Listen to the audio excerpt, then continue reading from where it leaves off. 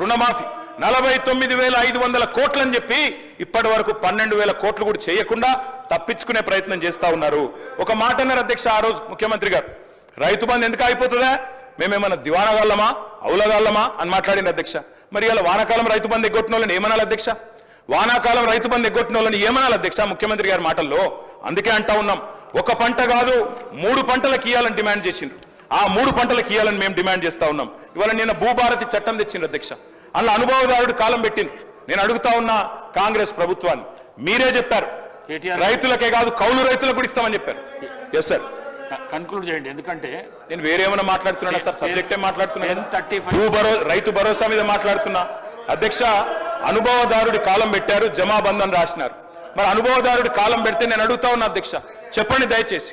అనుభవదారుడి కాలం పెట్టారు, ముఖ్యమంత్రి గారు ఎన్నికలకు ముందు చెప్పినారు కౌలు రైతుకి ఇస్తాం, రైతు కూడా ఇస్తాం, భూ యజమానికి కూడా ఇస్తామని చెప్పినారు. ఇవాళ ప్రభుత్వం స్పష్టం చేయాలి, రైతుకు ఇస్తామని చెప్పిండ్రు, కౌలు రైతుకి ఇస్తామని చెప్పిండ్రు, రైతు కూలీలకు ఇస్తామని చెప్పిండ్రు.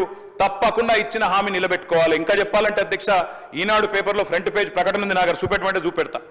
మొదటి 100 రోజులను ఇస్తాం అని కూడా చెప్పిండ్రు అధ్యక్ష, మాట నిలబెట్టుకోలేదు.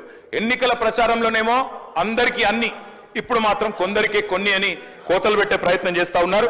అన్నిటికీ మించి అధ్యక్ష, బడ్జెట్లోనే వీళ్ళ చిత్తశుద్ధి బయటపడ్డది. మంత్రి గారేమో మేము నిర్ణయం తీసుకోలేదు అంటున్నారు రైతు భరోసా మీద, కానీ బడ్జెట్లోనే వీళ్ళ చిత్తశుద్ధి బయటపడ్డది అధ్యక్ష. ఏం చెప్పారు బడ్జెట్లో? రైతు భరోసాకి కేవలం కేటాయించింది 15,000 కోట్లు.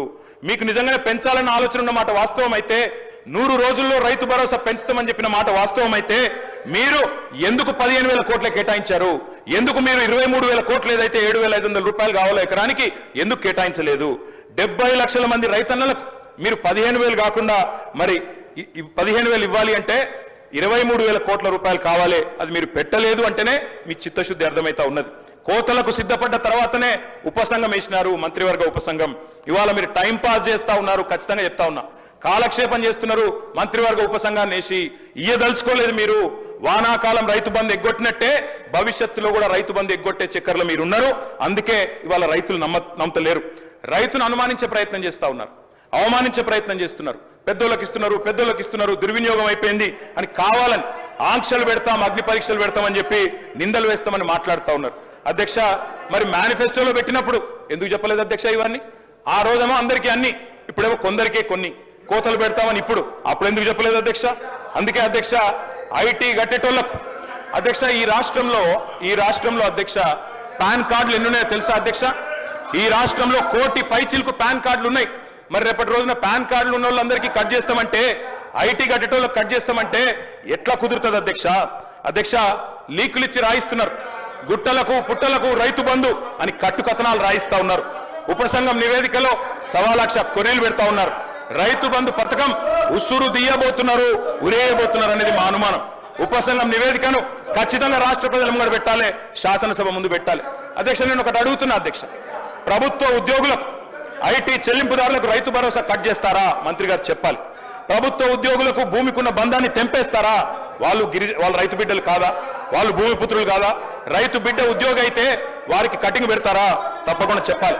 తరతరాలుగా సాగుతున్న భూమిని సాగు చేస్తున్న వ్యవసాయాన్ని మరి వ్యాపారంగా చూస్తారా అని అడుగుతా ఉన్నా అధ్యక్ష. ఈ రోజుల్లో ఉన్న రుణ వ్యవస్థ ప్రకారం, అర్హతల ప్రకారం గ్రామాల్లో కూడా ఐటీ చెల్లింపులు చేస్తున్న వాళ్ళు ఉన్నారు, పాన్ కార్డులు ఉన్న వాళ్ళు ఉన్నారు, రైతన్నలకు కూడా పాన్ కార్డులు ఉన్నాయి. పాన్ కార్డు ప్రాతిపదికగా తీసుకుంటే వాళ్ళందరికీ కూడా రైతు బంధు కట్టయ్యే ప్రమాదం ఉందని వారు భయపడతా ఉన్నారు.